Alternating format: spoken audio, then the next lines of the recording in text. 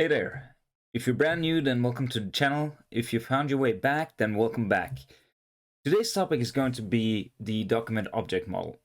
And it might sound a little bit scary, but it's really not. And it's one of those key pieces of knowledge that's really going to help you understand how JavaScript works and how you can interact with it and how it all fits together. Because the ecosystem around JavaScript can be quite complex.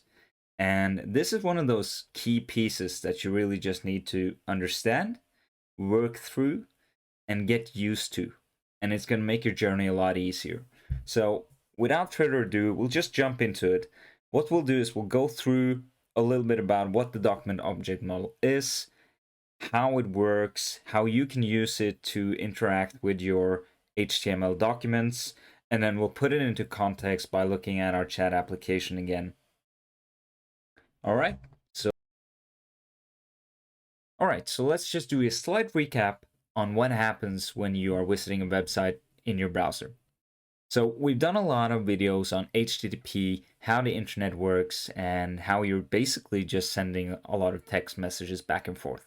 Now, we're not going to dive too deep into the weeds here. We've done videos on that before, and you can check that out if you want. But we're just going to recap what happens when you visit a website. So when you go to a website in your browser actually creates a HTTP request for you. And it's going to send that HTTP request to the server. And the HTTP request will have some information on it that the server will use to determine what kind of resource it will return. So usually when you're dealing with websites, when you're accessing or asking for something which is at the root of the server, it will return an HTML document. So when you go to the website, you ask the server for a resource, and the server is going to send back an HTML document.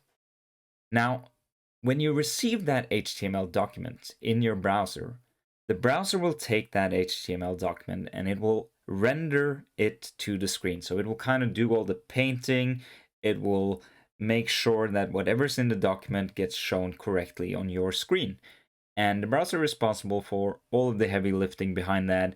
And it does a bunch of things to make that happen. It fixes the HTML, it looks at the JavaScript, it looks like at the CSS, and it kind of just does everything behind the scenes, and you end up with a nice, pretty website. And one of the things that the browser does is it builds up the document object model. Now, let's go over to another website called MDN, which is Mozilla Developer Network, and look at what they have to say about the DOM. And then we'll kind of like talk through it a little bit. So it says here that the document object model is the data representation of objects that comprise the structure and content of document on the web. Now, we've been through objects before, we've been through functions, and basically what the DOM is a data representation of an HTML document. So that means that we're taking the HTML document and we're turning it into JavaScript objects, right? So you can think about it like this. You can think of the DOM as kind of the puppet master. And whenever you want something to happen with your HTML document, you are going to use the DOM interface. And you're going to change something, kind of like moving the strings around on a puppet, and the puppet's going to dance or whatever the puppet does. I don't know what a puppet would do.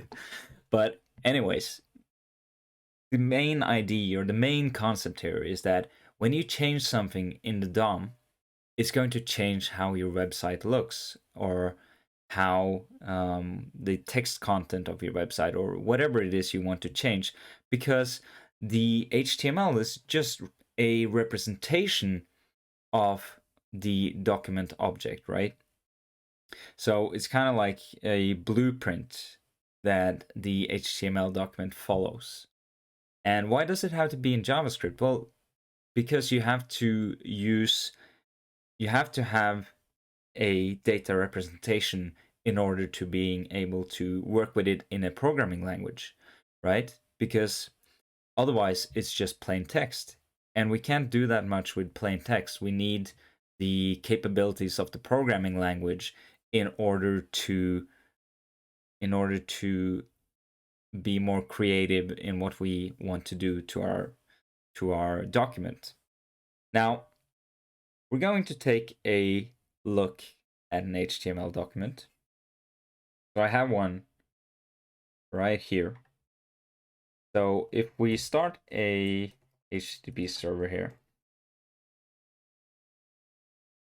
Python, and we'll start it on 3000. Now what this will do is that it'll just start a HTTP server in this directory where I have my index.html file. And by default, it's going to serve out that file. So if I now go to localhost 3000, you can see we get the HTML document. And the browser has taken the HTML document, it's read it, and it's created this website. And it doesn't do much, doesn't look like much, but it's still there. The browser's still done its job. So if we start styling this, I don't know, let's go ahead and let's do just some quick things. So we'll go to Google Fonts and we'll get Roboto, and we'll just do some slight things here. Didn't want to download it. I just want to have this style, and we'll do the link here. We'll create a CSS or main CSS. We'll paste in the link here in the header, and we will create a link rel style sheet type text CSS, and the href will be main CSS, like that. And then let's go ahead and do body, and we'll put the font family inside of here. So now, if we hit refresh, we're going to get the Roboto font, and we can go ahead and go to the index, and let's make a header, and we'll do the H1 there. We'll say class header,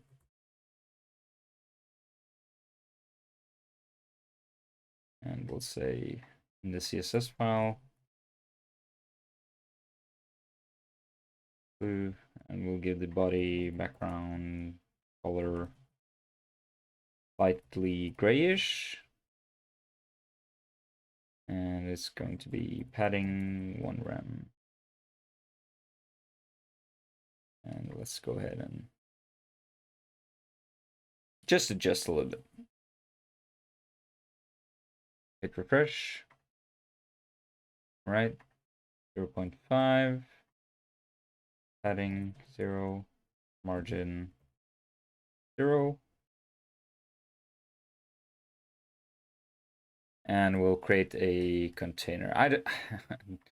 We don't need to do this. I just get carried away. Anyway, so you can see that, you know, the browser does a lot of the heavy lifting, creating the styling and everything that comes with the HTML document.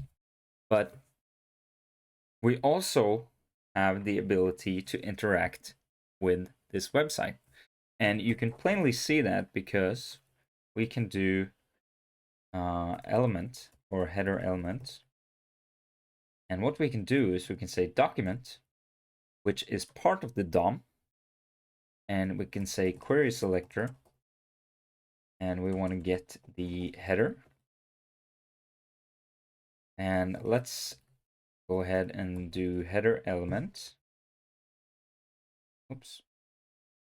We're in the console here now, so we should be able to header element, and you can see that it spits out this header class, header element of the top here. Now, what if we wanted to change the color of the header? Well, we could do this. We could do header element style, and we could say background color equals red. And now we have a red header. And we could say, we could create a new text element. So we could say document, let's say text equals document, create element.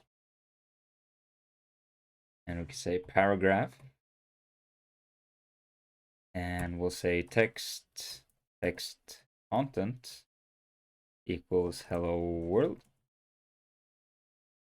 And we could say header element append child text. And now we can see that we have a paragraph here, the paragraph that we created down here. We added that to our header element. So now the paragraph here is a child of header, and we can see that if we inspect the actual HTML document and open up the header here, you can see we have h1 and we have a paragraph. So the HTML document that you see in your browser is at all times a representation of what the underlying document object model looks like. And through the document object model, we can manipulate and change everything about the document. Everything about the HTML document we can change. We can add stuff, we can remove stuff, we can change colors, change styling, add animations. We can basically do whatever we want. And it's a lot of this that modern JavaScript frameworks is built on, interacting with the DOM and making that interaction better and faster and more efficient. So that's a brief introduction to the DOM. Now, if we look at our chat application, let's go ahead and open that up. You can see that we are making a lot of use of the DOM inside of here. So if we go to index.js, you can see that we are using the document here to get the root element. And what does that mean? What does the root element mean? Well, we need to work with what we already have, right? So in order to add something to the DOM, we need an anchor. So we need an element that already exists. Well, this is the root element. This is an element that already exists that we can add stuff to. We can use it as our entry point. So we're creating our entire app with JavaScript using the document object model APIs, but we are injecting that into an element that already exists called chat app root. Okay? So what we're doing, and you can see that here, we are fetching the root element. We're calling it the root element. And then we are creating more elements through this index.js file with document create element. We're adding classes to it. We're creating a sidebar down here. We're creating a main content area. And we are appending everything to the root element. So basically, it's just going levels down, right?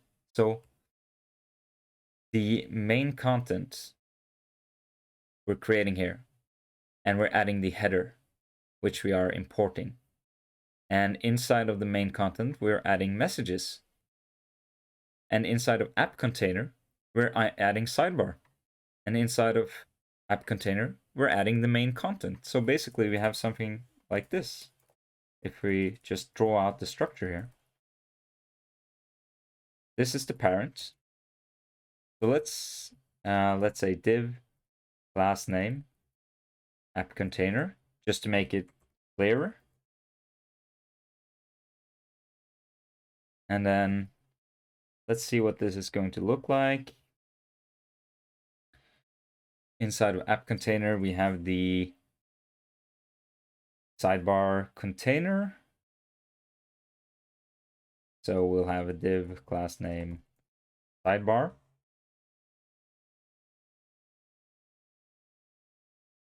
And then what else are we adding? We're adding a div class name.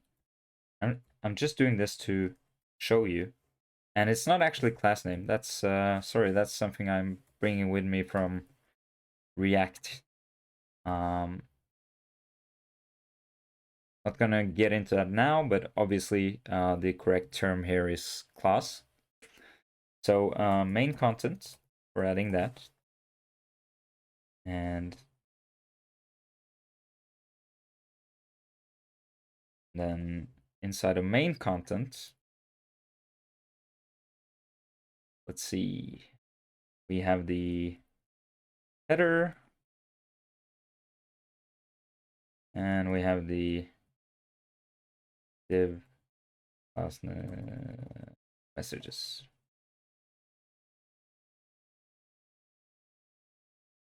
Right? That's kind of the structure. And we could go deeper down the rabbit hole here. If we go into the header here, you can see we're creating the header. We're using the same methods, the same methodology, just creating elements and nesting them within each other to create a sensible structure, and then adding that to a parent element. So that's all we're doing.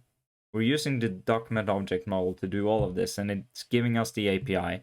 And since it's capable of changing the document, what we end up with is an app built completely from JavaScript that just mounts into an existing element. So if I go ahead and start this up on 3001, so let's go ahead and check out our application. And you can see that we have our chat application here, and it's basically just been created entirely from JavaScript. And we can verify that if we go to Visual Studio Code and we go to index.html, index.js, and we comment out the place here where we are appending the app container to our root element. And if we hit save on that, and we go and refresh, then now our app is completely empty. And if we inspect the document, so the HTML document, we can see that it looks exactly the same as the empty HTML document we have right here. So because we haven't mounted anything into this root element, it's just completely empty. Now, if we go back to index.js again, and we uncomment this, and we hit refresh, now our application is back. And if we inspect the element, you can see that inside of chat app root, we now have the app container, we have the sidebar container, we have the main content, and down the rabbit hole we go. So I think we're gonna call it there for this lesson on the document object model. Thanks so much for tuning in. If you found it useful, please consider dropping a like and subscribe. If you didn't, then let me know why, and leave a dislike if you hated it that much. And coming up, I think we'll look at how we can recreate the document object model ourselves, and that should be quite interesting as well. So yeah, thanks for tuning in, and I'll see you later.